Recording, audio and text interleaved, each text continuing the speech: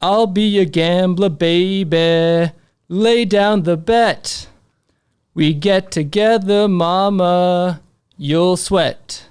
No place for hiding, baby. No place to run. You pull the trigger of my love gun. There you go. Thank you, Ryan. Thank you so much for opening up the show.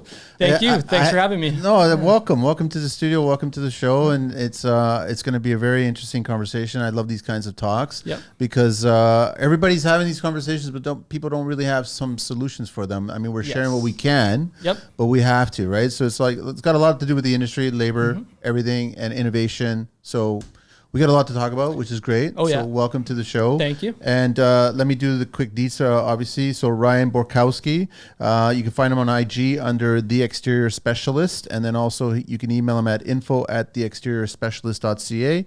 His website is www.TheExteriorSpecialist.ca, 416-931-0973. And obviously formerly known as Impact Siding. So we started that in 2020. And that was siding and aluminum install business. Nice. Let me do a quick shout out. I'm wearing an Artistic Skylights t-shirt. Thank you so much, guys. Marco, everybody there. Hope all is well. And are you looking for a sustainable and durable real wood solution to elevate your next project? Let me introduce you to the gold standard. Thermery, the world's largest and most trusted manufacturer of thermally modified wood and sauna materials.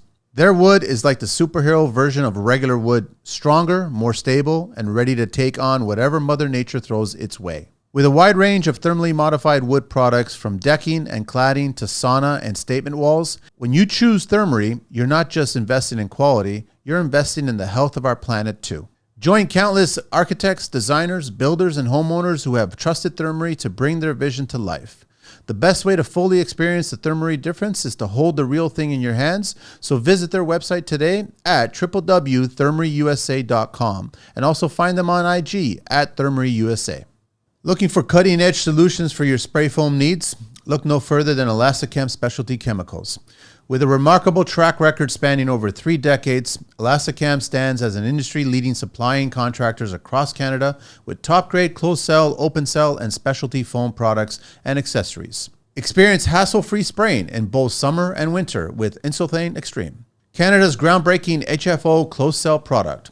Time is precious, and we know it. Optimize your efficiency and avoid downtime by choosing the best products with the best technical and customer support. Elevate your spray foam game today with Insulthane Spray Foam products by Elastichem. Give them a try today. Visit their website at www.elastichem.com or give them a call at 1-877-787-2436.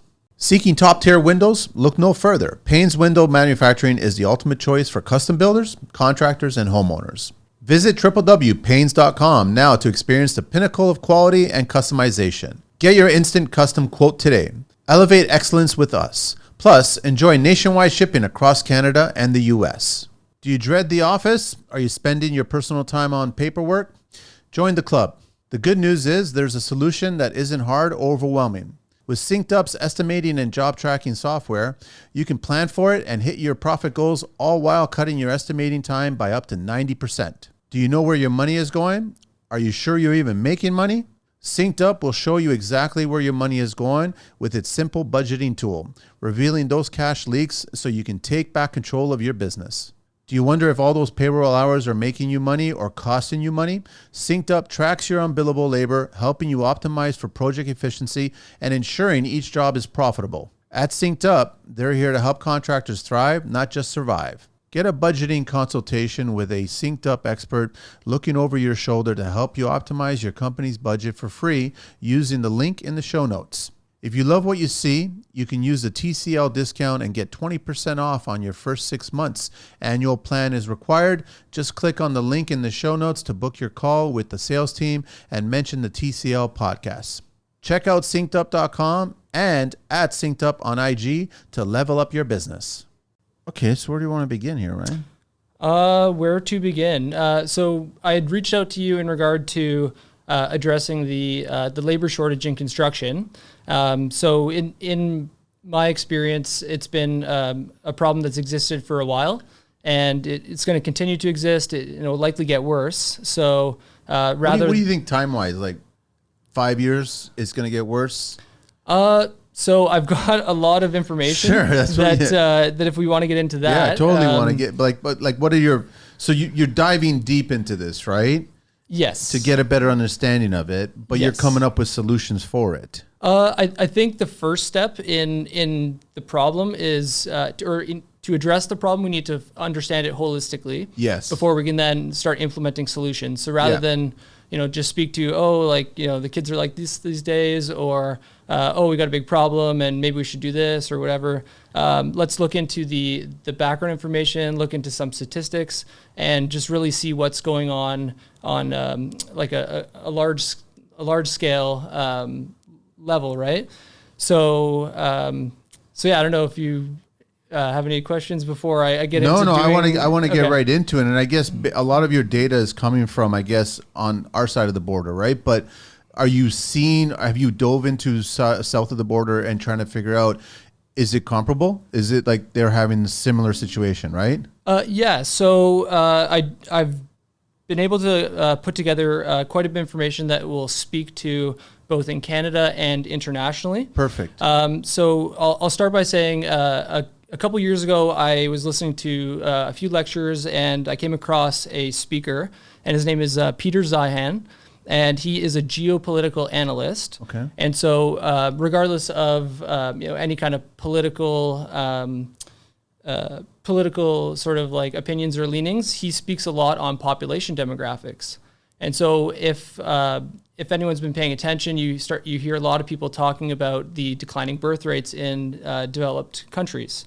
So that's global. Sorry? That's global. Global. So it's happening predominantly in developed countries, and on average, the birth rate is declining year over year. What's the direct cause of that?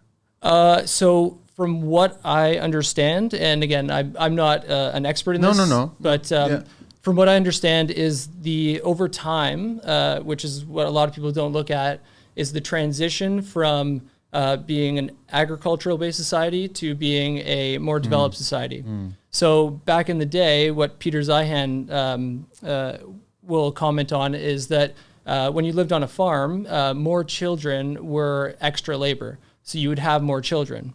And so you could have a ton of children. Cost of raising those children was low, and it was beneficial to have children.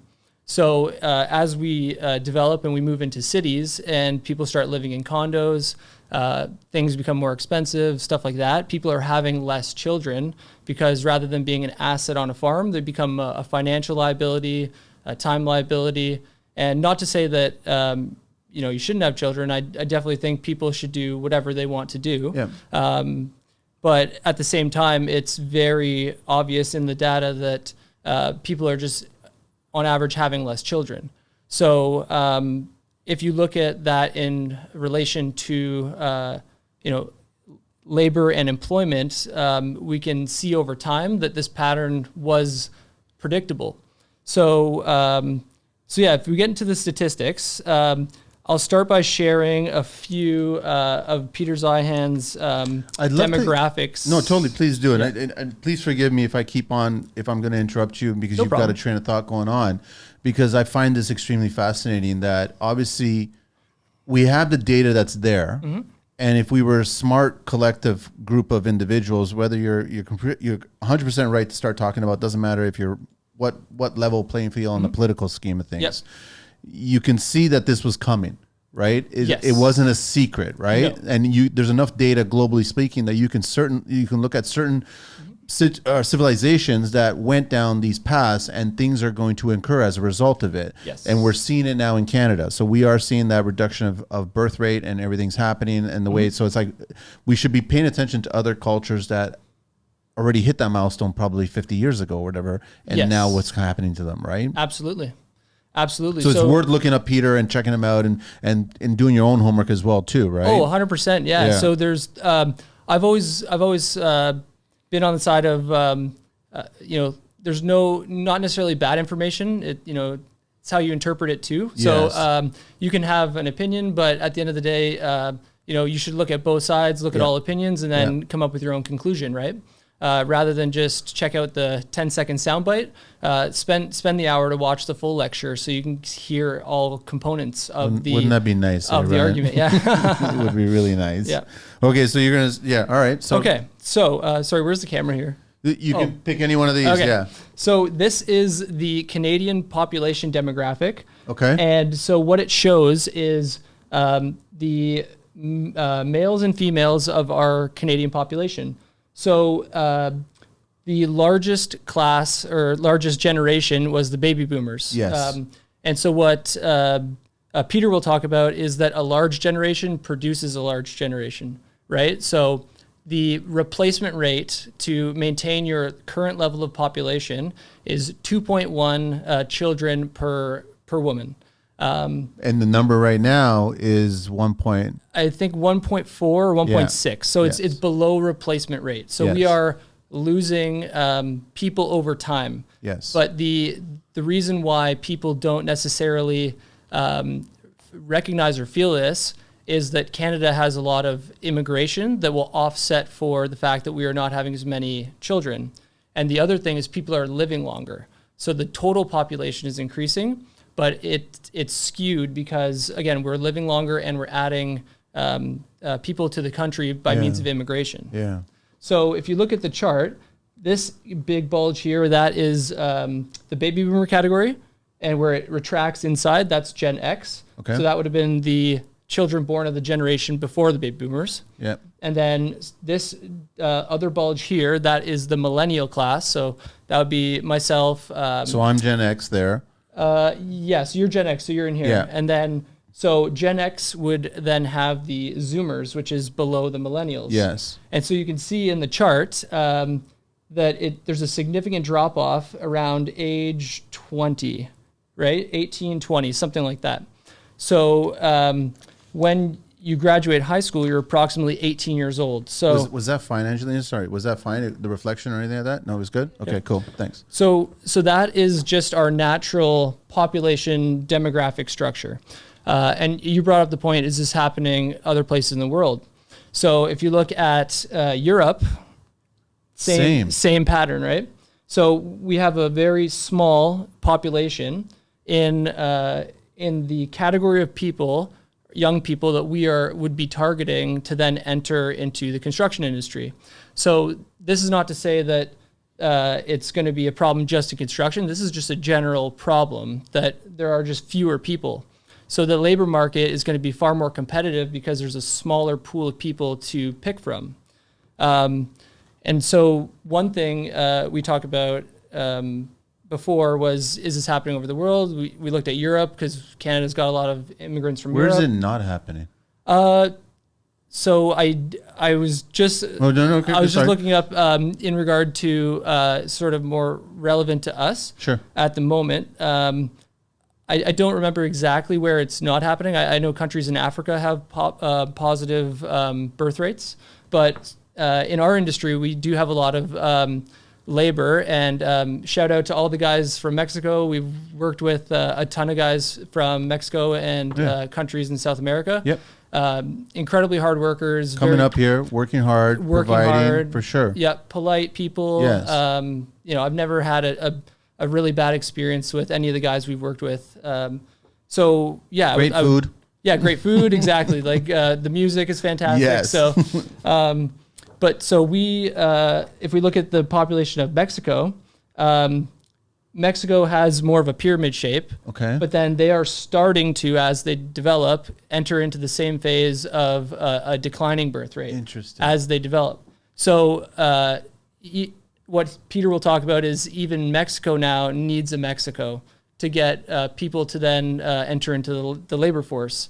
And so is Mexico's issue, it's growing because of them moving out and moving to other places?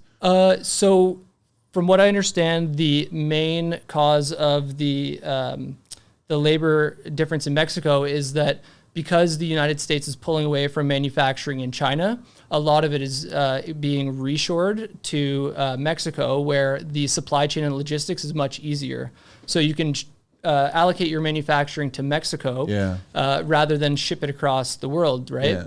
And so there's a good labor skill set in Mexico that they're able to then take over a lot of these manufacturing jobs. So rather than people from Mexico wanting to go to the United States or Canada, which, they probably do want to, but there's more opportunities for them at home now. So they're less incentivized to want to go to other countries to make more money. And an example of this would be, we tried a guy out from Mexico, and he was a teacher in Mexico. So a full-time teaching salary in Mexico was the equivalent of like an entry-level wage in construction in Canada. Wow. So that was the incentive to come to Canada, to make money, to support his family back home. But again, as more jobs become available back home, you could do the calculation, is it worth me going to Canada to then to make money to then send back home? So the problems we're facing are not very easily solved. And so with that being said, there's a couple topics that sort of tie into this population demographic thing. Is anybody in government right now, currently in Canada, talking about this? To be honest with you, I'm not entirely sure, because they are. A lot of perhaps not, but you hear a lot of guys who do podcasts. They bring up these issues and they talk about it with other guests. So it is something that it's very well documented. But are we talking about it, or is the average person talking about it? Perhaps not, right? But a lot of people are talking about it, but not realizing that there is a solution to this. There's a way of approaching it. Yeah, there definitely is a way of approaching it, and I think it would have to be approached from a variety of directions. Yeah. So one of the obvious ones then is immigration. Yes. Right. So yeah, if the question is, how do we get people into construction? We first need to acknowledge that we have a significantly smaller pool of people to start with, right? And then secondly, we need to look at it from their perspective. So we need to play the devil's advocate and say, if I was a young person today, what would motivate me to want to get into construction, or what do I want to do for a career, right? So we can look at the opinions of Canadian kids, and then we can look at the opinions of kids internationally. So they are different. Are they or no? You'd be surprised. So really? I was doing some research last night. So again, if I misspeak, please don't crucify me. No. But you've done some homework. But I do want to share that. I mean, like in the 8 years of this current government, I think that's the international birth rate. That's the international birth rate. I'm going to leave these with you. So this is the international. So I know that in 8 years of our current government, like we went from 36 million people in Canada to now we're over 41 million. Yes. And someone told me a stat about how it's like less than 1,000 of those people actually entered the construction force. Oh, yes. Okay. So how do you get like 5 million people coming to this country and less than 1,000 of them enter the construction industry? I think a lot of it has to do with incentives, the incentives to get into the construction industry. Yeah. So I found some discrepancies in a few areas that if we are going to be relying on immigration to get people to work in construction, we do need to provide accurate information and provide resources so that way they can enter the industries that will be the best fit for them. So before I touch on the international opinion, I found a study out of the University of New Brunswick.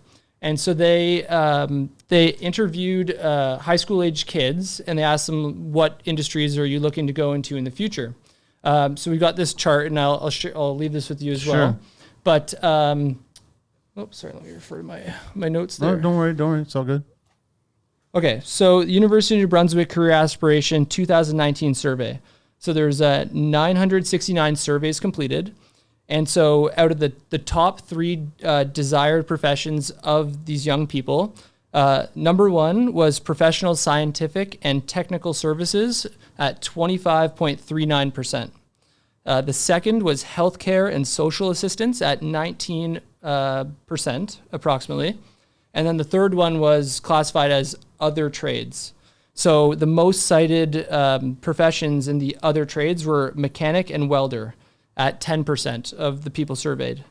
And then what would you guess at construction trades of the percentage of these people? It's going to be like a minor single digit amount. Like it's going to be next to nothing. Yeah, so it was 2.65%. Wow. So of the high school aged students, 2.65% said they were interested in getting into construction trades, and then 6.58% said they don't know. So why do you think that is, Ryan? Is it because the trades are not attractive to this group of people? Or is there just not the correct information being shared about the trades? I think it is a bit nuanced, but I was listening to a few of your podcasts where you were talking about how kids don't want to be perceived as being a tradesperson, or maybe it's looked down upon, and regardless of what trade you do, I think that is definitely an issue. Yeah. The perception, especially with Instagram and stuff these days, you can easily look online and see that people are making money in other areas or crypto or real estate or whatever it is, and they make it look very easy to make a lot of money. However, the guys working on construction sites, covered in mud, dirty, and all that, is that glitz and glam flash that maybe you want to be perceived as at the end of the day? Perhaps not. It's influencing them. I think it does have a big influence for sure. Yeah. So where was I going to? Okay, so the percentages of what they're seeing, the kids that were surveyed. Okay. Yeah.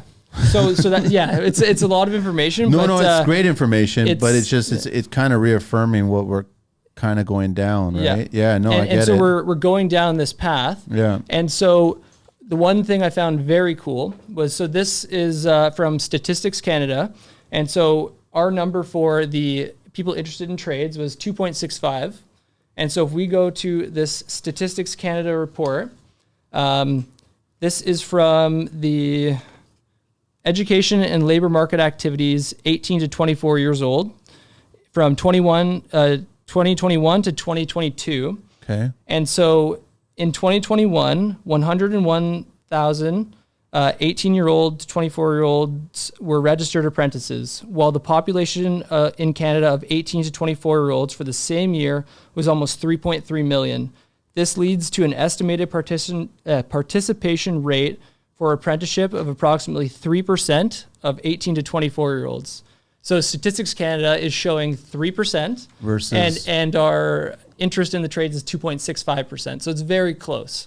Again, this is one study. There's probably other studies. It may have changed, but the real concern is the number. The real concern is the number. Absolutely. So if we go back to the Canadian population demographic, and we need to get more people into the trades, the category of the 18 to 24, there's in total in Canada only 3.55 million. So it represents 9% of our population. 18 to 24. 18 to 24. Wow. Yeah. It's so we say, how do we get young people interested in construction? We're going to be competing with other industries to get these people in, which obviously we need, right? Robotics is always talked about, but there's a cost to that, and it's going to be difficult to implement given different site conditions and existing buildings. You could go down the route of automation for new construction, but again, all the existing buildings, there's so many variables that it would be incredibly difficult to try to automate those things. Yeah. So are the numbers similar to the immigration coming in at that same age group? Yes. But then again, we'll also have to factor in that you have a lot of immigrants coming in that are not a part of that 18 to 24, that are older, that have the skills in other areas that are coming into construction. Yep. And I guess a large portion of them are staying in construction and working in construction and finding it as another option. And I'm talking about the IE engineers and doctors and everybody else like that, right? So are the numbers in line with the same that's going on regarding our homegrown people? Yes. So if we, and again, this is all Sure. just No, stuff no, I could no. find online Yeah. to reinforce what we're talking about, or to demonstrate that it's an across the board problem, not just specific to here. So there was another study done where they interviewed 20,000 children in primary schools around the world that saw themselves later on in the world of work. So they interviewed 20,000 kids across different countries, and this is not just developed countries, but also developing countries. And so in 2018, these are the top listed occupations for girls and then for boys. So the top listed occupation for girls across the world was doctors at 15.6%. Second to that, teaching, then business managers, lawyers, nurses and midwives, psychologists, designers, veterinarians, police officers, and architects. So out of those 10 professions, that accounted for about 53% of the careers that women want to get into. Okay. While they're in school, what they think they want to get into in the future. So if we go to the top 10 occupations cited by boys, the top one was engineer at 7.7%, then business managers, doctors at 6%, ICT professionals, sports people, teachers, police officers, motor vehicle mechanics, lawyers, and architects. So trades aren't even there. Not even mentioned. So if we're going to make a dent in the problem, I think we need to find out what is motivating kids or what they will be motivated by to then pursue the trades. Okay, so let's discuss what's the current government doing to make the trades attractive to individuals of that age group. So what I see is that they're targeting groups that are not necessarily all that interested in coming into the trades. Yeah, so I can't speak to the government policies. I've been so busy with work that again, this is just something in my spare time that I find interesting. I would love to look into it more to see what programs are in place or how the younger people are being encouraged. But the one thing I did find interesting is, so if we are going to be relying on immigration as a means to get more people interested in the industry, we need to then communicate effectively from the trade side as well as the government side. Yes. So I looked at another Statistics Canada study where they published the average wage for trade contractors. Sorry, I just got to pull it up here. So don't worry, take your time. Too much information to... So I'm going to guess that the average wage was below what the generation was expecting. I don't know about the expectation, but the discrepancy I found was that the average wage for trade contractors, so the guys who are actually doing the carpentry, doing the siding, the roofing, the windows, drywall, whatever it was. So it worked out that the average wage was $35 an hour, which is pretty good for if you didn't necessarily go to college or you didn't go to university and you graduated high school, you're willing to work hard and learn. $35 an hour is not bad, and there's definitely potential upside. But if we go to the Canadian immigration website, they publish the top... Hang on a sec, right? Can you just turn? No, it's fine. No, I need you to turn so you can point to the mic. Don't worry about the paper, the copy, because we won't be able to read it from the camera at that point. But yeah, if you just stay this way, so then I could get you on the audio perfectly. Good. Okay, cool. Sorry to interrupt you out there. No, all good. Cool. Sorry, what, you want to... And then shift that way a tiny bit. Okay, so no problem. I'm all over the place here. No, it's all good. Okay. So... on the Canadian immigration website, the title was the 10 most in-demand jobs in Ontario. So this is if someone from another country was considering coming here and they want to do some research to see what jobs are in demand. All the jobs, not just construction. Just all the jobs. Yeah, Okay. just talking. Okay. We need to get people into the country, A, and then B, we also need to encourage them to go into the industries where they're needed. So on the website, the top 10, number 1 was registered nurses. Okay. And they show a median annual wage of $76,050 in Ontario based on a 37.5 hour work week.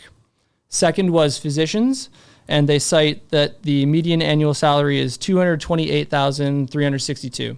So it goes on to outline everything. So delivery truck driver, $40,950. Heavy equipment operators, In today's time, 2024, delivery truck drivers $40,000. That's what it says based on this government page. Oh, Okay, sorry, this was November 7th, 2022. So Okay, it's likely increased.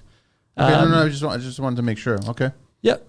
Oh yeah, no, sorry. Yeah, no, that's totally fine. It's totally cool. I think there's been recently UPS announced something about a wage increase to like $27 an hour, and I don't know. I find that pretty crazy. Drive a truck around, and I'm just surprised from the number. Like nurse 75, physician was 200, 6 figures, and now you're going to truck driver was 40.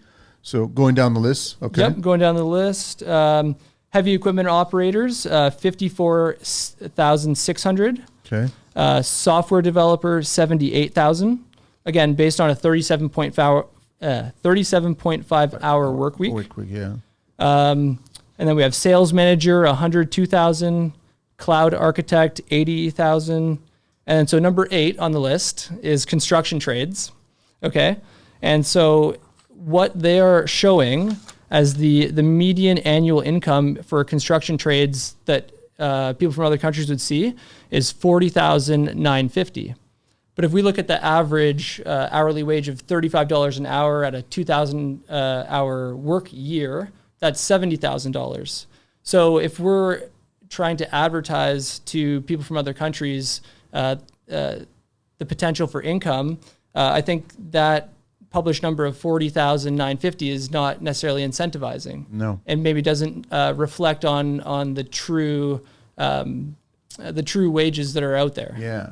So that's what I found interesting is that we say we need more people in construction, but maybe we're not necessarily communicating it in the best possible way. What others are on the list do you have there offhand? So that was number 8. So number 9 was machining tool operators, Okay. 66,500. And then cooks and food and beverage service. Yeah, the hospitality. What were they at? They were at 30,712. So immigration coming in. Yep. Let's talk realistic here. Immigration coming in, they're either going to be a truck driver or they're going to be a laborer. Yeah.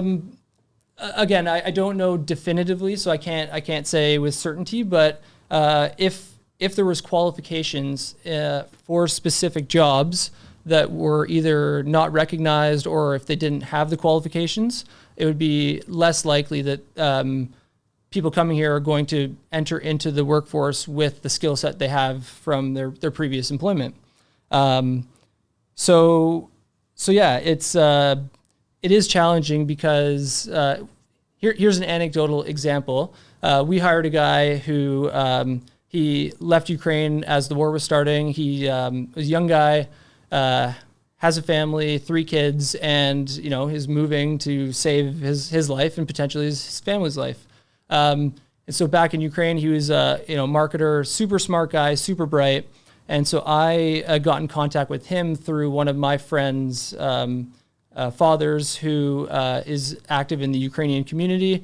And so he said, I know this young guy. He's a great hard worker. He's looking for a job, and I'd like to connect you guys. So we connected. He came out to work the first day, and the hustle and the drive, it was fantastic. And I was installing some soffit, aluminum soffit in a porch. So J trim to J trim. And when you do that, it's incredibly difficult to get that last piece in because you've got to hook it into the soffit. You got to get it in the J trim. Pinch point on all 4 sides. Exactly. Yeah. So it's finicky. And first day, I'm not going to mention names, but just because I haven't asked permission, but but yeah, first day he's in there. He's like, I want to try putting it in.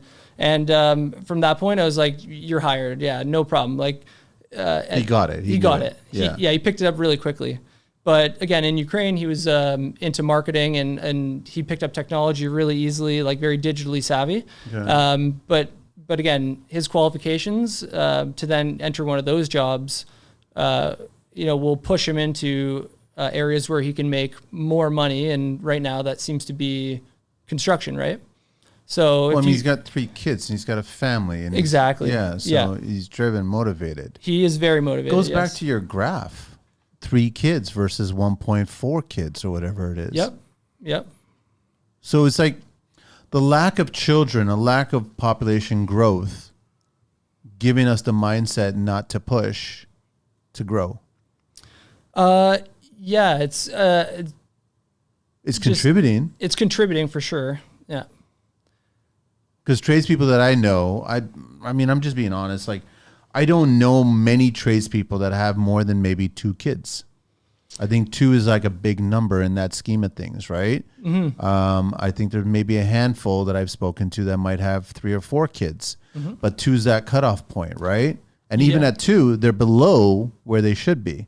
Yeah, and not everyone is having kids, right? Some people choose not to have kids, which, if that's your choice, by all means, everyone has the right to live their life the way they want it. Or the way they want to.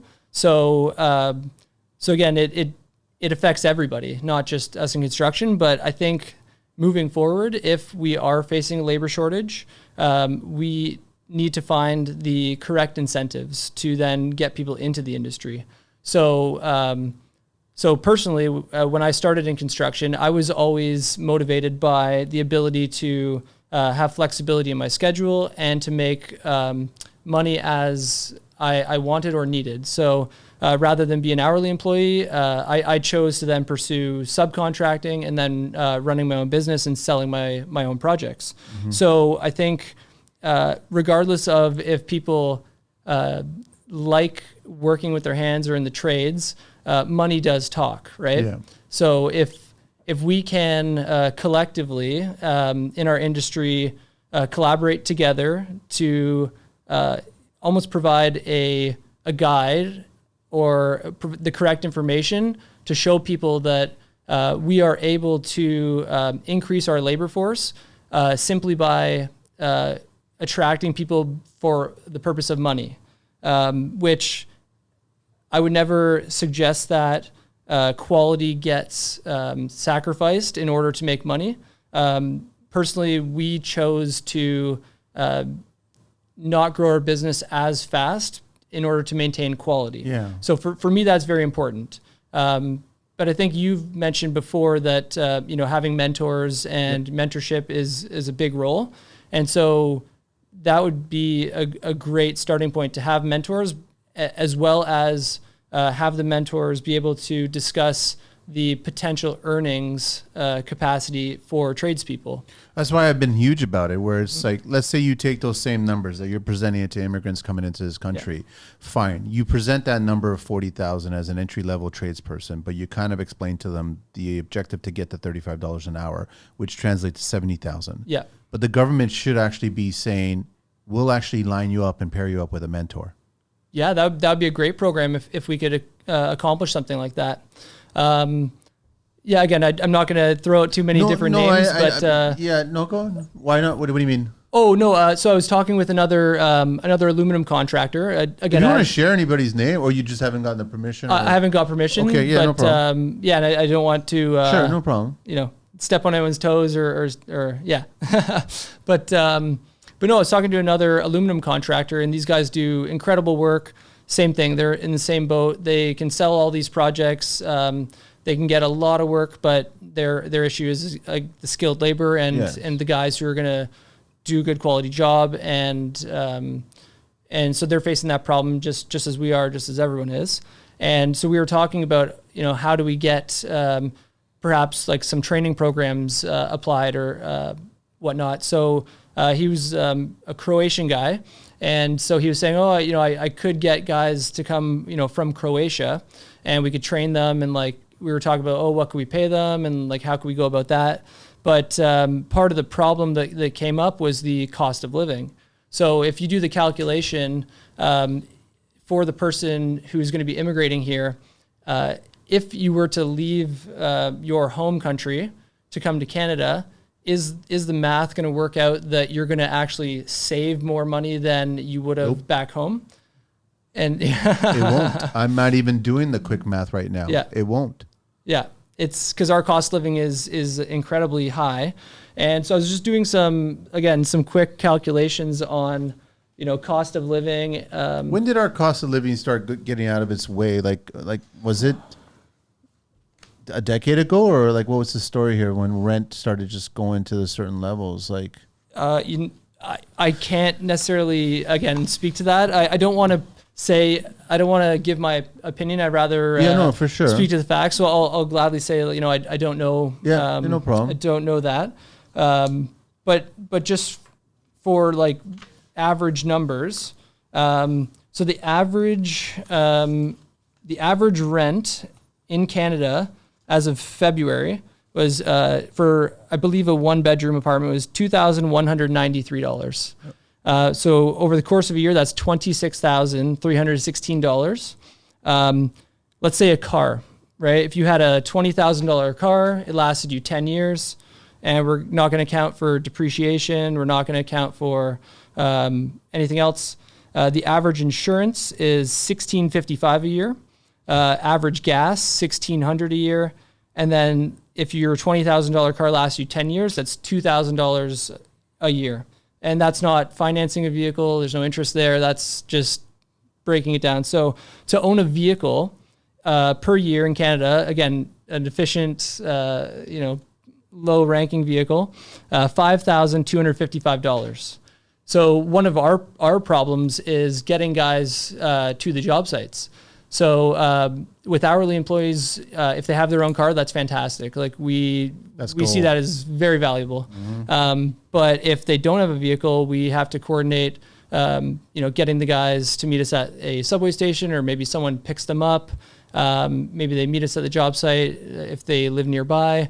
But even that factor of how expensive it is to own a vehicle is affecting our ability to have guys work on our job sites. So but you're not surviving at that point. So let's just go back to the trade. The labor, 40,000, rent average is 21 for a 1-bedroom.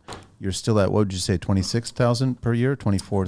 Sorry. Yeah. So 26,000 a year in rent. In rent. Plus now you've got the car expense if you did get a car. Yep. So now you're over 30,000. Now you're left for the entire year $10,000, less than $10,000. Yes. Based on entry level coming into construction.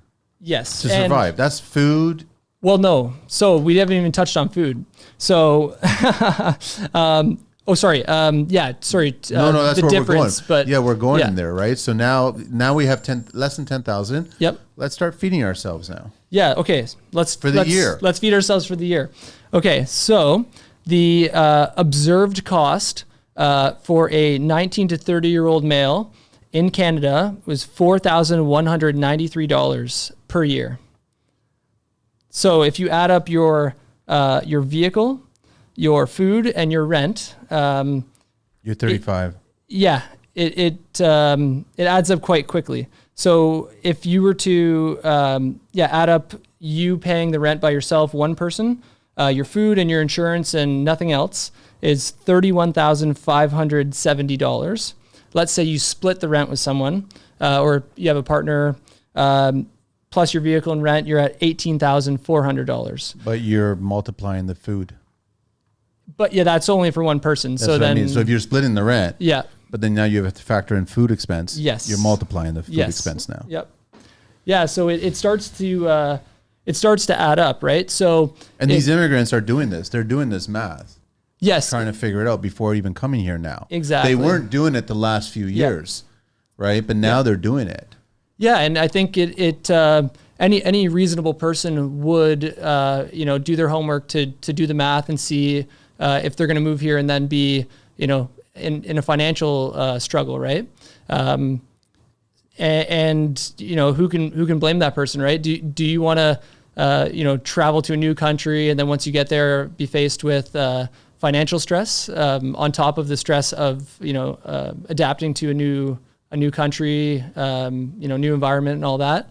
It gets difficult. Did you come across any data about how many people are returning back to the country that they came from? I haven't looked into that yet. Okay. I would love to, take a month or two, write a book and cover all of this. But we saw that. We started to see that last year, where a lot of Indian people that coming here were actually going back, right? Yes. And there was quite a bit of backlash on social media regarding that. But those are just being idiots. The thing is that there are people going back. Yeah. Because they quickly realize I can't survive here now based on these numbers. Absolutely. Yeah. It's I don't think there's an easy solution, but again, if we understand the problem holistically, it'll help us in the approach that we use to solve the problem. So one of the things that I've thought about for a while is if we don't have the ability to attract more people, or if we just don't have the people, then essentially we have to do more with less. So we need to look to innovation. We need to look to new methods, new practices in order to keep up with the demand.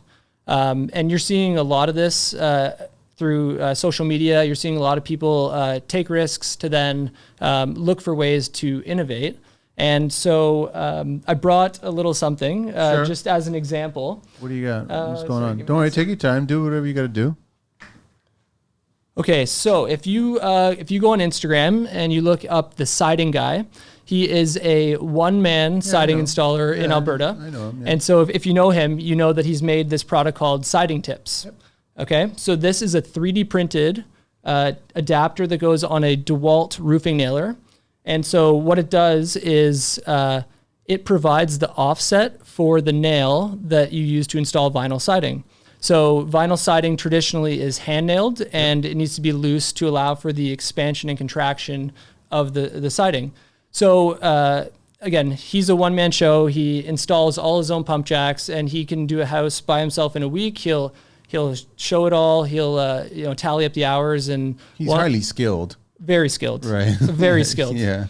But the reason I bring up the siding tips is so a 3D printed piece of plastic, right, probably costs him a couple bucks to produce.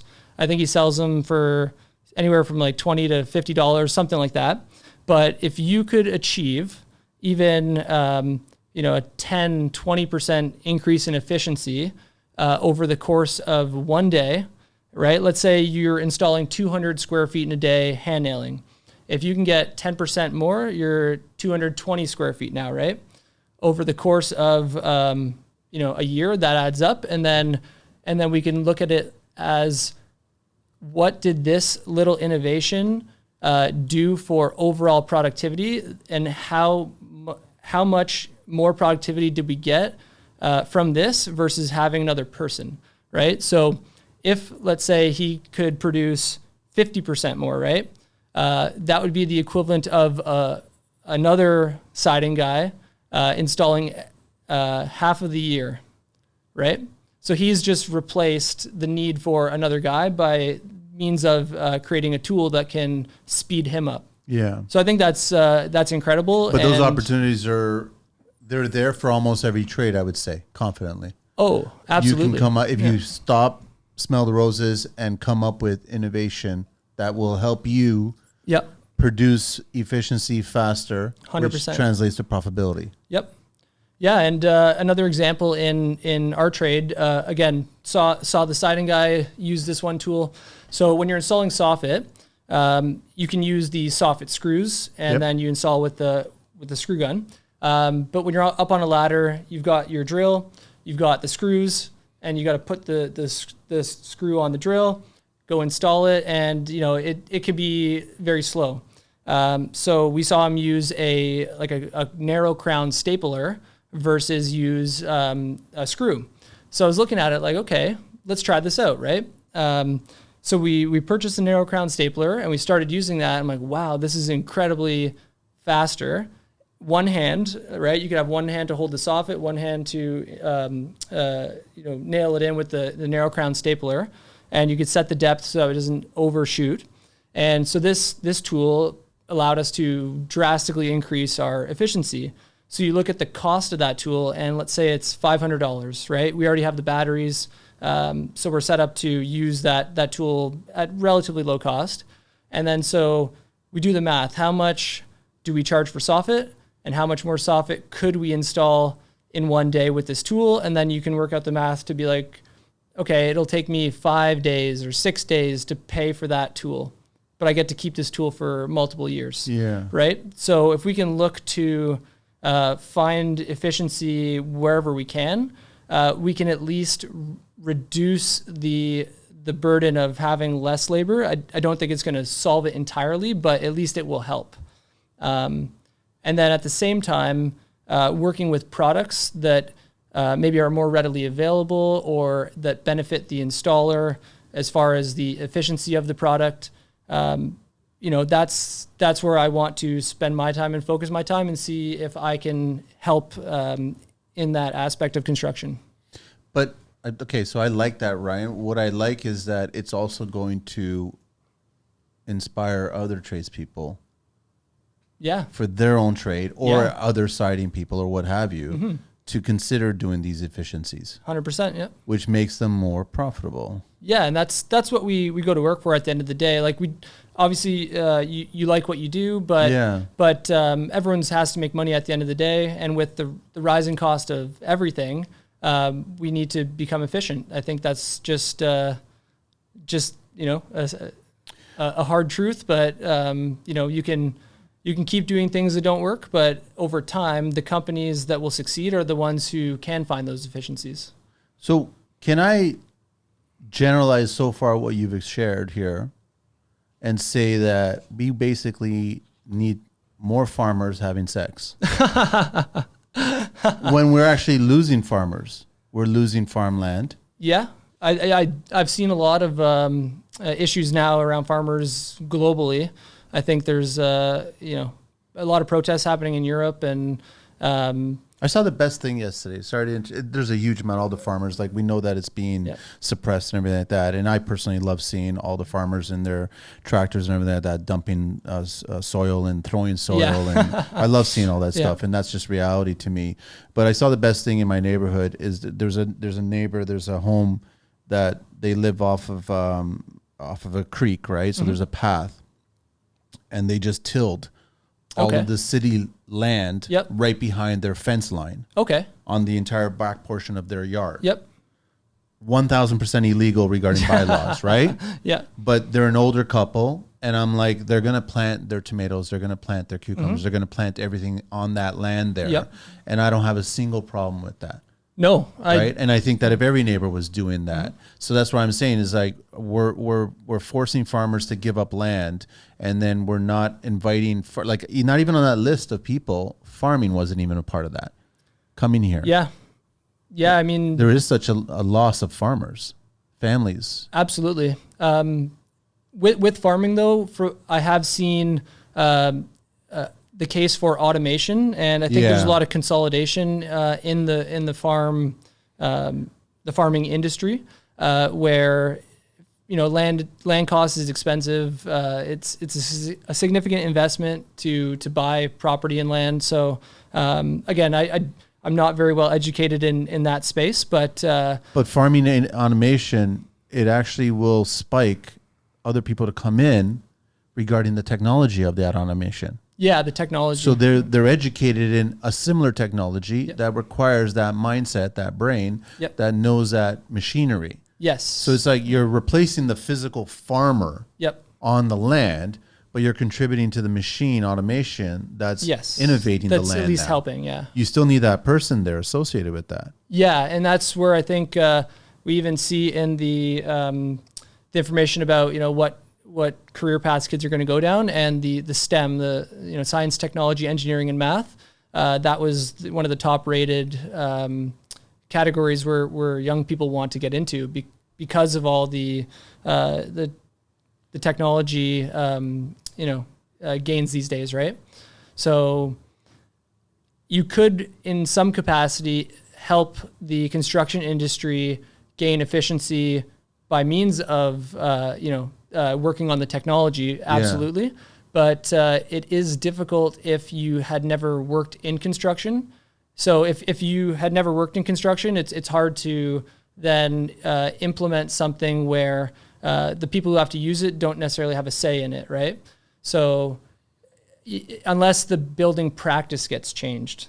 So in saying that, I saw something where in Australia, they are building homes with an automated block layer. So I saw that. Yeah, so you can see this big conveyor truck. It can run 24 hours a day. There's less safety hazards. There's less people. And it's just continuously just running block and then installing the block on the house. So if over time the cost of building in the traditional sense becomes too high, the calculation will get made that rather than do it the traditional way, we're going to look to do our building in a different way that is perhaps cheaper, right? So I think you've said this before in other podcasts, but we can't charge more and more and more infinitely. It's just someone's going to say our increases are not dictated by economical growth on any country level, right? We can't turn around and just start saying we're going to charge this much now. Yeah, I mean, again, if someone wants to pay that much money, by all means, if they have the money, and trades guys aren't going to say no if we keep getting paid more money, right? And perhaps that's incentivizing to get more people, is that the prices have gotten. It doesn't solve the cost of living though. Does not, no. That cost of living has been increasing as far back as probably, I'm going to say 20 years, when it was mostly in the BC area, where you started seeing these astronomical numbers regarding purchases of homes there. And then it just went right across the whole landscape now, right? So Canada being at the top of the most expensive places in the world to live, but yet Canada being at the bottom regarding GDP, like what's going on here? Like you can't have that kind of a sway. So it's just like, okay, so I see exactly where you're seeing why there is a shortage. Yeah.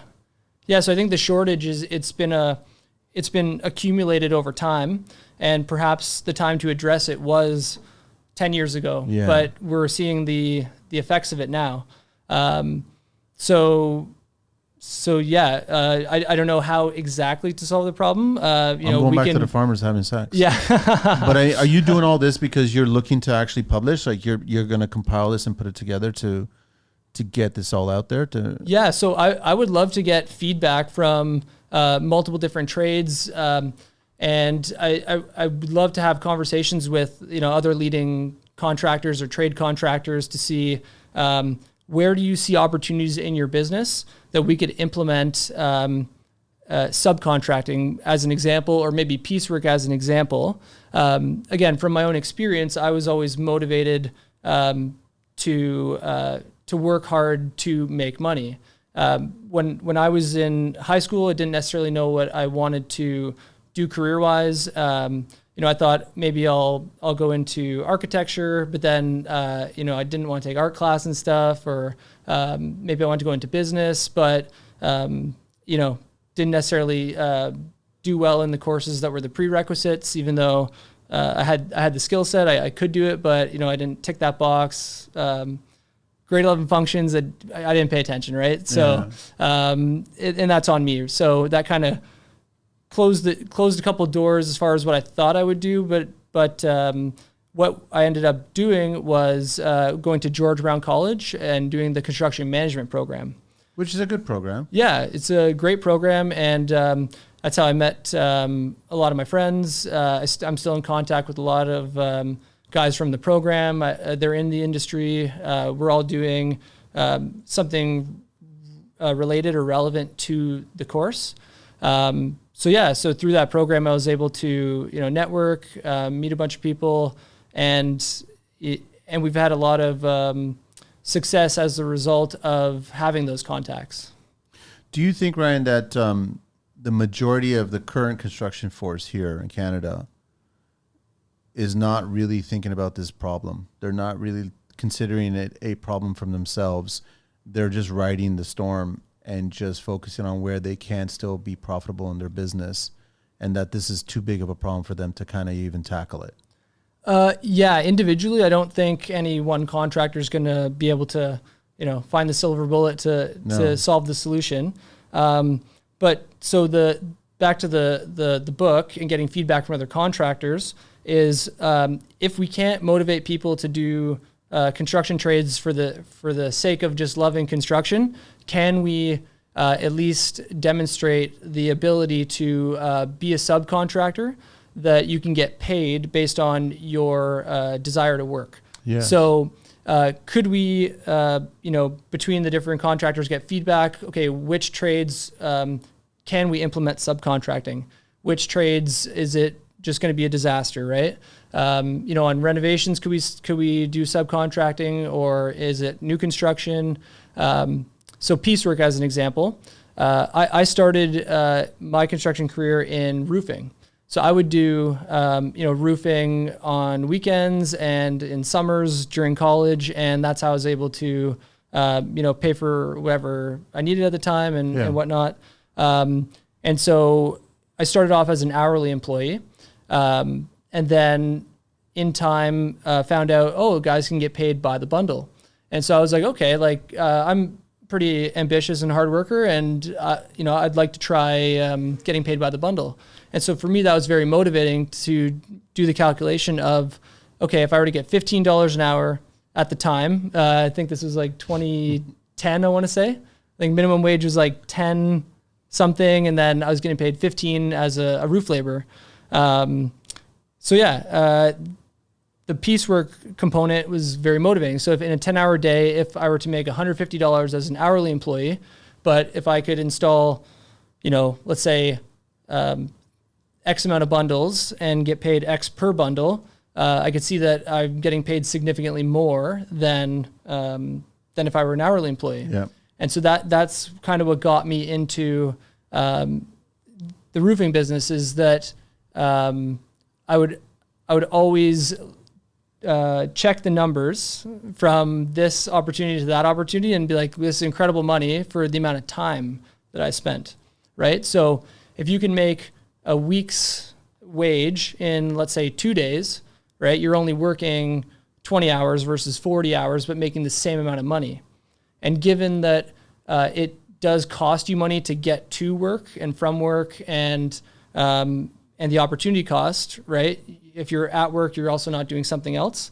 Could we implement, some kind of a guide to people to show that these opportunities are out there and that you can make good money, not necessarily working all the time.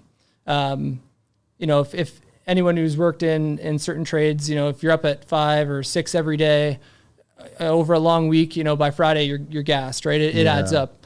But if you can concentrate the amount of money you make in less time, even if you made the same amount of money, you still get the freedom, which I think a lot of people value these days. Did you start to do that early on?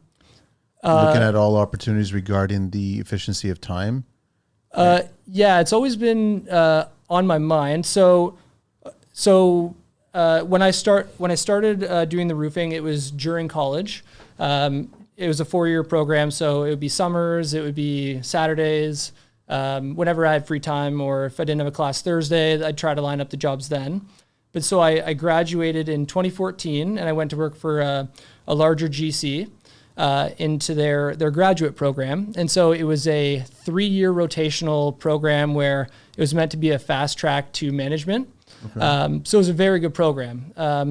We had the career fair at George Brown, and given my roofing background, I applied to Flynn, right? I thought, okay, roofing background, education and construction management, Flynn, I've got a good shot, right? Yeah. Didn't hear from them, so I was like, okay, no problem. I'll be patient. I'll wait and see what happens. So I think I applied to 5-6 companies, and then ended up going to Brookfield Multiplex, which is they were relatively new to Canada at the time, and I think still getting set up. They had some projects.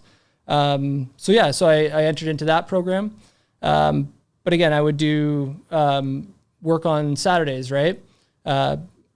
My goal at the time was I wanted to buy a house before I was 25. That was in my head. That was my goal. So you look at the salary at the time, I think I started at $45,000 for their graduate program, which would be the equivalent of like a coordinator or like the same responsibilities. But then, if I were to do a roof on a Saturday, again, selling my own project, not working for other people at this point. So you do make a bit more money. It wasn't out of the question to make anywhere from $800 to $1,500 in a day if you could coordinate it well. Yep. If you had the help, if you got the bin there, the shingles, everything, and you punched it out, that wasn't uncommon. So I would do that on Saturdays, and to me it was, I'll work the Saturdays in order to save for the house, and then that's good for me. But then at Brookfield, the one project I got moved to, they wanted me to start going in on Saturdays. And so to me, I was wanting to buy a house, and this was like a great way for me to save. Like I knew, roofing for me wasn't forever. It's a hard physical job. And so shout out to all the roofers. I have mad respect for seasonally, winters, summers. Yeah, for sure. Absolutely. No, anyone I've worked with in roofing, you build a camaraderie, 100%. It's a tough job, and you help each other out. So yeah, definitely a lot of respect for those guys. So how did you wiggle that where they wanted you to do the Saturdays, but the Saturdays were being given, you were setting aside to save the money to build the future, right? Yes, that was the goal. So that was very conflicting for me, right? Do I stay in this job where it's got very good security, it's a great company, and do I go that route, or do I go the entrepreneurial route, right? Maybe double down on the roofing and try that. So I did some soul searching, and ultimately I decided, you know what, I'll just take a shot at running my own roofing business. I can always go back into the construction management. So that's how I got started in the whole exterior world, was at that point. But that's when you started paying attention to the amount of money you can make, efficiency, and given your time. Which makes a lot of sense. So if I had to work a week in the coordinator role, or if I had to do one day of roofing, like the physical work, there's obviously the going to do the sales and all this that you would have to factor in as well. But for me, it was at the time that was going to help me achieve my goal of getting the house, and so that's what I decided to do. What's the I don't want the show to ever get political, but like when you're an immigrant, you come to Canada here, you're given certain things, aren't you? Given a certain amount, like cash or something. I don't know. Like there's certain things. I'm not entirely sure. Again, I would. There's love a package of some sort. I don't know. Someone could yell at me or whatever, but I think that there's a package of some sort. And I'm just looking at it like, instead of having that monetary package given to an immigrant that's coming as an incentive to be attracted to come to this country, mm-hmm. that education that you just shared right now mm-hmm. is far more valuable than a package that's just a lump sum of money or whatever, because that motivates them to possibly grow something here. Yeah, absolutely. So even you look in, let's say our business, right? If we had a guy who's a hard worker, he worked with us for a couple of years, maybe he's started to earn close to whatever the highest dollar value we could afford to pay him. Personally, I would have no problem if, I've built a rapport with this person. I trust them. I know their work quality is good. I know they're going to do a good job and represent us well. Should they want to, start their own business where they can then work with us still, but be paid as a subcontractor. To us as a business, I think the math works out. It makes sense. Similarly, right? Yeah. As a business owner, if you have hourly employees, you pay their WSIB. If they don't have vehicles, then you gotta provide the vehicles, the tools, all this. So when you factor everything in, if you're paying a subcontractor or if you're paying an hourly employee, if the cost is comparable, I think the subcontracting is the preferred method. I think where it's not preferred is when you get subcontractors who don't reflect well on your business or who don't live up to the quality standards. So that's the challenge, I think, is how do we train people and get people to care enough to do a good quality job that we can then have the relationship where we've given them the opportunity to make more money doing the same thing, right? Again, not an easy problem. I'm not saying I have the solution, and that's why I would love to get feedback to say to see where we can implement these opportunities, and then write the book, and then offer a guide to at least put it out there that if someone is wanting to get into this business to make money, they don't have to necessarily go through the mistakes that we've all gone through to learn and get to where we are. I mean, that's the biggest achievement that we could probably pull off. I am seeing a lot of the younger trades that are establishing good businesses. They're starting to implement a lot of educational tools for their employees. They want to show them the possibilities of where you can be more efficient and make more money. They're also contributing to their own RSPs and CPP. They're trying to match them. They're trying to do a bunch of stuff, but it's also they're educating money management as well too. So you're getting these people, whether they're homegrown Canadians or immigrants, and they're in their early 20s, it goes back to the mentoring. They're being educated really valuable lessons that will benefit them a decade from now. Absolutely. And even further, right? Yeah, how to manage your personal finances, or simple things like that, where it's skills they can keep forever. Or there's another guy that I worked with in the past. We were looking at bidding a job for a certain product we've never done. And so we're looking into the numbers and knew that, like, it looks like a good opportunity. And then he said, he'd had more experience than me at the time, and he said, stick to what you know, right? Stick to what you know.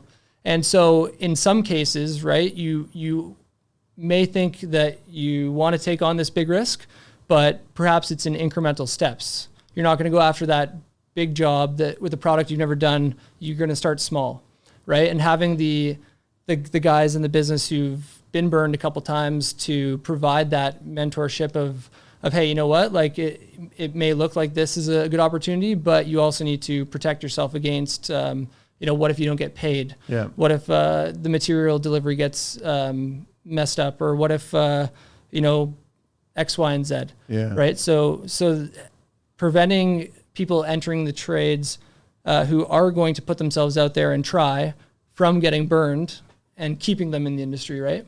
So the mentorship is very valuable. So what do you, like, Ryan, how, is this correctable? Like, I mean, or is that graph just going to continue down that path because of the lack of population being born, like, and couples not having what they're supposed to be, I guess, historically supposed to be having? Like, and if the majority of global is on the same path, how do we correct all this? And it's not an overnight thing that's going to get corrected. This is decades. That's the $1 million question. I mean, if we are competing for labor of a smaller and smaller pool, right, then I think we just have to find ways to incentivize people to choose construction versus use it as a fallback, which I'm sure you've seen a lot of people that it's a fallback. It's something you can always go into, but maybe you're not going to do it forever. Let's put our best foot forward and be a little more transparent about showing people the potential upside, right? Not just that, you're going to be an hourly employee and for your entire life, if that's what you want to do, right? If you want to be an hourly employee, you don't necessarily want the responsibility and want that, by all means, teach their own. But if you were ambitious, or you did want to enter a career that has higher earning potential, but maybe you're not the type to go do sales and go knock on doors and provide samples, right? Be the sub, Yeah, you could be a sub. You could still make great money. As an example, again, not giving names, we worked with a subcontractor, and he's a friend of mine. So he's originally from Colombia, and he's got a crew of, I think, 5-6 guys, and he recently just purchased his first house.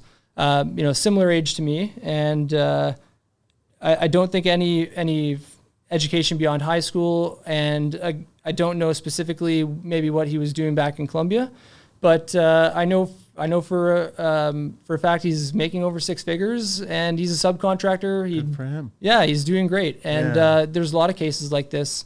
But people don't know, right? People don't know that that is possible, I think. How many kids does he have?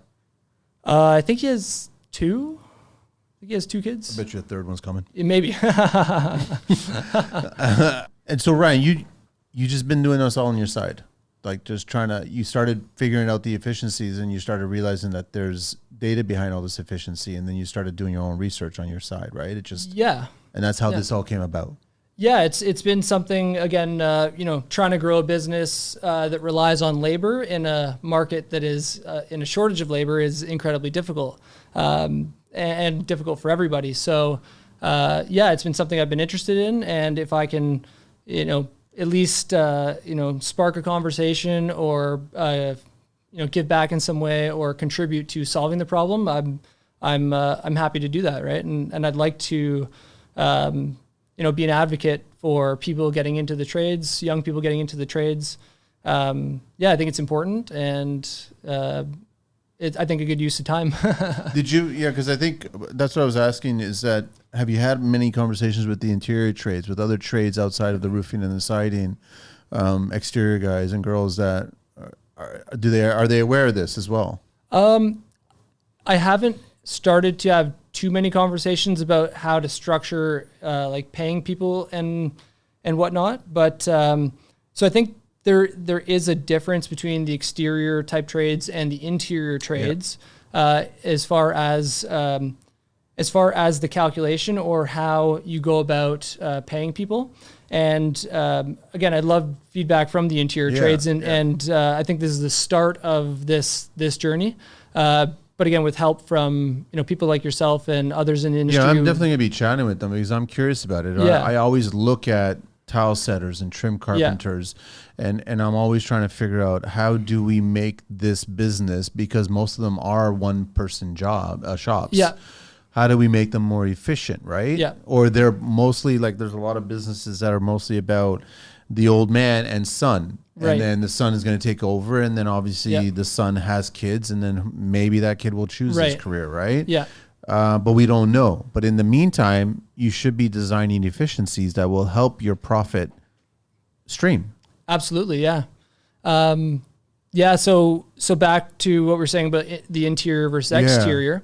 So when I worked at James Hardie, I worked for James Hardie for about a year. I was on the Canadian side or the American side? Canadian side. So I was a technical sales rep, and so in order to start our stage of the job, we had to go through like a training process, and we had to do what's called a certification. So it was essentially like a market analysis. We had to present to our boss and then the director. And so we had to learn about the market, figure out how it works, which companies are out there, and the pricing, like what's the on the wall cost of the product, and how can we look to reduce that in order to encourage more people to use it. These kind of things, right? So in doing that, I started to look at it more from a larger scale perspective versus just like, I'm one business. So if you look at interior versus exterior, interior, let's say in a perfect world, you work 50 weeks at 5 days a week. That's 250 working days. If you're an exterior trade, we're affected by the weather, right? So I had looked up the Ontario weather data or weather statistics, and so I accounted for how many times did it rain, how many times did it snow, how many cold days where there was temperatures where you couldn't work, how many super hot days, super windy days, and so once you factor in all those components, we ended up at about a number of 200 working days on average. 50 days shy of the interior. Yeah, so 80% of what the interior would be. Okay. So if you are working as an exterior trade, you have to factor this into your total output capacity, right?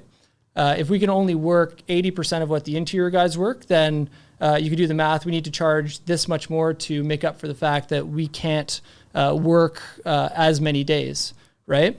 And so that comes back to the how much money do you make given time spent, right? Where subcontracting in the exterior world is a good option because we don't know necessarily how long things are going to take, especially given that we could have windows that are delayed. We could have the masons still working that we can't necessarily start, or maybe we can do one half of the house, but we can't do the other half, right? There's a lot of logistical things. So with hourly employees, you are always trying to keep them busy and working, even though some projects may not be ready. So if this project's not ready, we have multiple in the pipe that we can then say, hey, we've got a free day. Can we come and at least do the Tyvek and the insulation and the strapping? And it's a bit of a shell game sometimes where you're trying to allocate your labor efficiently. So with hourly employees, you have the burden of you want to keep them working, right? It's taken us 3 years to get 5 really good employees, right? So we want to. That's actually pretty good. Yeah, we've got a young team, and I think part of it is we have fun and some personal relationships as well have helped get those guys. But yeah, we want them to be able to get their full hours. We want them to be able to make good money. So yeah, we're constantly seeing where the best allocation of the labor is, and given the different schedules. So if you had a subcontractor, you have a fixed cost at X amount of rate, right? Yeah. Maybe some extras come up and stuff like that. But at least with a subcontractor, I can price the job at this dollar value. I know my labor is going to cost this much. I know material is going to cost this much, and then I'll make this much money. And maybe we allow for a bit of contingency, right? A little bit of extra cost, right? So that's where I see, as a business owner, good subcontractors, I think, are incredibly valuable. Another example, I'll give a shout out. Sure. So my buddy, Daniel Miranda Craft Roofing, sure. I met him at my first roofing job. And then we had worked together for a little bit too, but I was in school. So, we parted ways. I continued to do school, and then he kept going. But he's been a subcontractor, worked for a few different companies, and he's done incredibly well for himself. And yeah, again, a subcontractor, he installs slate, cedar, copper, those kind of things.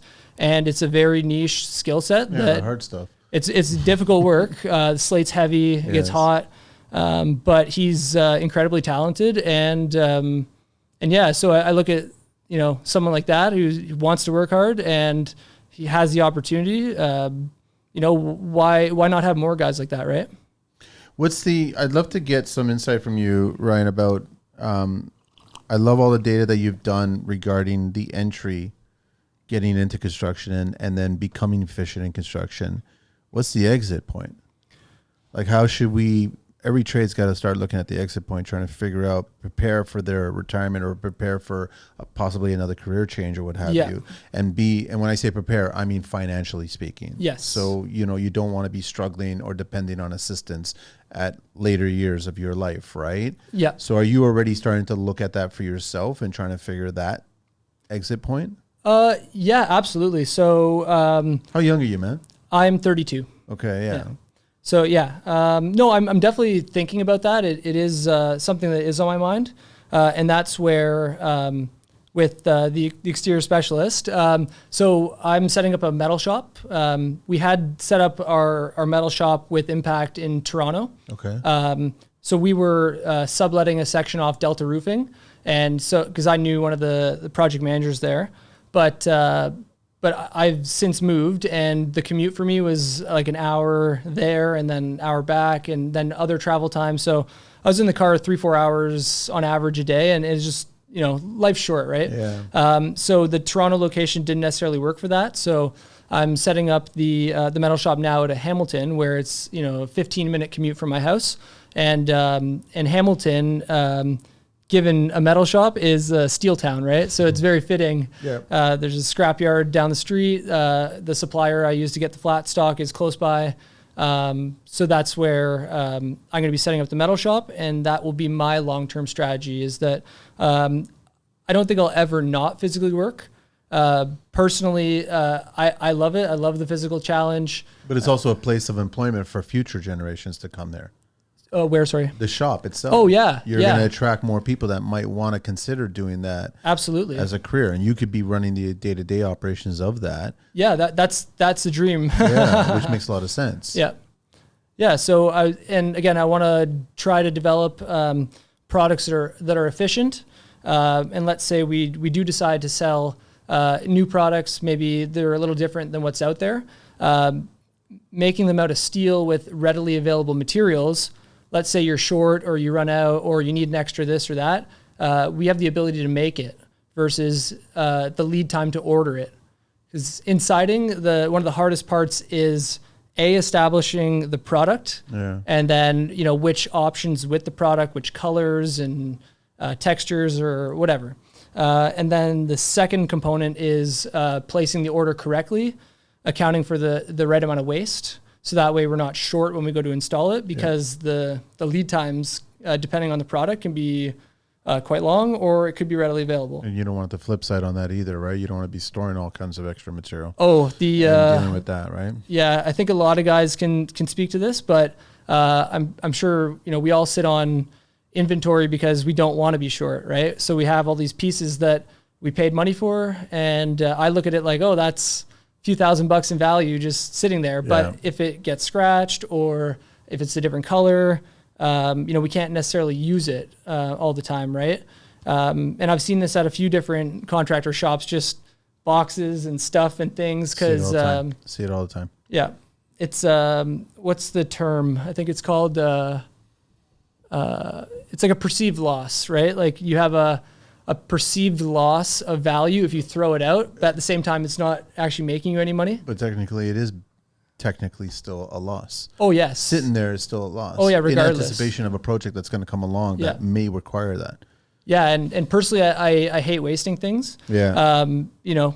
We are in a point in time where the environment is being considered, so if we can reduce waste by any means, I think that's something to strive for. 100%, for sure. I totally agree with you. This has been amazing, Ryan. Thank you so much. Oh, thank you. I appreciate you having me on. No. And hopefully a lot of people reach out to you and just start giving you some more insight. Yeah. But it's based on those stats, I'm still trying to Rolodex through my whole head about how many people have been on the show and people that I know in construction.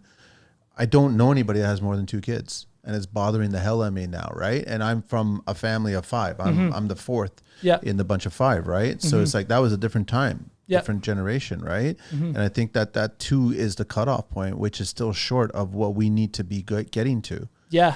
To grow. Well, just to maintain our population is 2.1. Yeah. So if we want to grow our population without the use of immigration, that number's got to be north of 2.1, right? So. Value, I love it. Thanks, Ryan Borkowski, the exterior specialist. Info at TheExteriorSpecialist.ca, 416-931-0973. Reach on his email, his website, www.TheExteriorSpecialist.ca, and then also on Instagram under The Exterior Specialist. 12 questions of construction. Oh. Ready? Yes. There's no right or wrong. Well, unless you wrote down answers right. I did. Well, if you've done all that data, I'm assuming that you probably wrote them down. I like to try to be organized, but it's been amazing. At first, when you showed up and I saw all that stack, I was like, am I being audited? No, it's I always like to speak based on fact. For sure. Giving your opinion is cool, but at the end of the day, if we don't know the facts, then what are we doing? It moves the conversation. Yeah. What is your favorite construction word? Value engineered or value engineering. Least favorite tool? Oh, the staple tacker. You know those, you put the staples for like Tyvek or paper or whatever. Yeah, the politically incorrect name is tomahawk. You know what I mean? It's a hammer stapler. A hammer stapler? Yeah, it's like a, yeah. But that one on a roof, just safety hazard.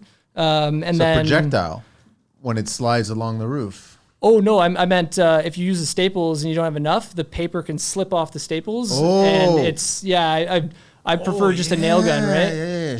I've seen guys slip on we used to use tar paper when we started versus the synthetic. Yeah. And I'd seen it just slip out and I haven't thought about that one in a long time.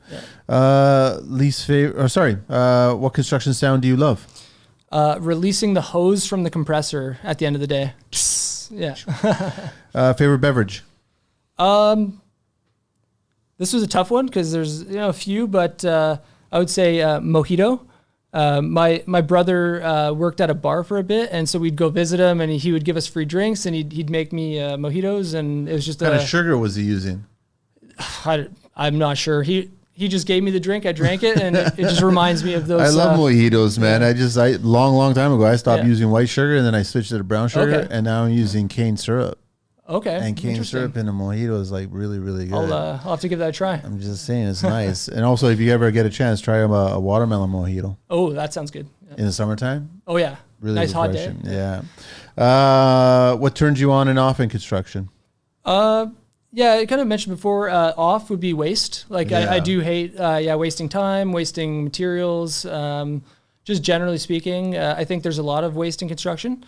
That would be my off, and the turn on would be a well executed job. So the days where you've got all your material, you've got the guys, you go in and we call it slamming, right? The days we slam, those days are great. It makes you feel good at the end of the day, and everyone's happy. There's a good mood in the air. So. That's true. Favorite curse word? I don't think you curse. Do you curse? You're on a roof. You must curse. Yeah. The good old fashioned F-bomb, I think. But favorite vehicle? Any mode of transportation? Oh, favorite vehicle. 1966 Dodge Charger. With the tail or without? The fastback. Like okay. Yeah. I think it was in a movie like Great Big Fish or Great Big something. It was a red one, I think, but it's a cool car. I know what you're talking about. I totally know what you're talking about. What do you miss from your childhood? Ooh, this is another one. Took me a while to think, but okay, when you were in grade school and summer, you would just instead of you didn't have a phone, so you didn't text or anything, but you just ride your bike over to your friend's house, like, hey, is whoever home? And then you'd go to your next friend's house, and then you got like 6-7 friends just biking lawn, and all the bikes just flipped over right there. Yeah, just having fun. Where everybody was. Yep. I know. That was good. You hated the friend that had the banana seat. You know what I mean? Like way back when, right? Yeah. What profession other than your own would you like to attempt one day? This is another tough one, but hard to say. But I think stuff like this, where you can be like more like an analyst and like dive into like these topics and kind of learn like the full story behind a problem versus just the the black and white perspective. Yeah. Like there's shades of gray, and I love getting into the technical nitty gritty. Yeah. We need more of that going on in construction. I think so. Yeah. Totally. What profession would you not like to do? I think politics. Over the the pandemic and all this, I started watching some of the House of Commons question period, and I was watching it, and I'm like, does anyone actually answer the questions? No, it's just for a soundbite, and it's like, what's the point of asking all these questions if you're not going to answer the questions? So, yeah, it looks exhausting, and I don't think I'd have the patience for it. Last question: if heaven exists, what would you like to hear God say when you arrive at those pearly gates? Okay, so because God is omniscient, right, all-knowing. So all things considered, that I had a net positive effect on those around me. Nice. Mm-hmm. Thanks so much, Ryan. I really appreciate your time, man. Coming into the show. Yeah. Come back anytime if you got more information, and I encourage anybody that's listening to reach out to you to give up your information if what's going on in your neck of the woods, what's going on in your business and everything like that. Yeah. I definitely, you know what, I want to connect you with Aaron from Expert out of Hamilton. Okay. Aaron's a solid guy, and I appreciate what he's doing, and he comes from that generation. Irish guy, came over here, had it hard, but he wants to encourage more people getting into construction. So he's trying to remove as many roadblocks as possible and educate them as best as possible, so you can continue attracting more people to come into this industry. That would be fantastic. Yeah. So he would have a lot of insight to you. And then if you haven't heard of Dan Guest from Guest Plumbing and Trade Smart College that he just opened up. He just had the open house at the start of this month, right? Yeah. So he's getting 150 students coming in the first term there. That's fantastic. And it's a legitimate trades certified college, right? So, and he's doing the exact same thing. He's what trades, if you don't mind me asking? Like what? He's focusing on starting off with plumbing, the mechanical trades. Okay. So he's starting with those ones. But the idea is that the college wants to grow so to the point where he's going to handle all trades. Oh, They're amazing! Going to educate all trades, right? Their whole mandate is to not only just teach you about the trade, but also teach you about business fundamentals and also retirement and all everything that's associated with the trade. Yeah. So I love what Dan is doing. I love what Aaron's doing, and more of them that are out there that are planning some of these stuff, some of these details. But I'm loving seeing, Mark in Skylux Roofing and everything like that. And he's focusing on growing his workforce and giving them incentives. So like we know the hard trades and what they go through. Yep. And so they're trying to make it easier for them so they can see the value, because you got these successful business people, tradespeople that came from swinging a hammer. Yep. And now they're basically creating avenues for the next generation of tradespeople. Which is attracting more people to this industry, right? I would love to get involved in something like that. I'll connect you to these people so you can chat with them. But those are the three that are topping off in my head right now, right? So, and they'll have some great insight for you as well, too. Thank you. I really appreciate that. All right, man. Awesome. This is great. So much, this is great. I really appreciate it, man. Cool. That's it. We're out of here.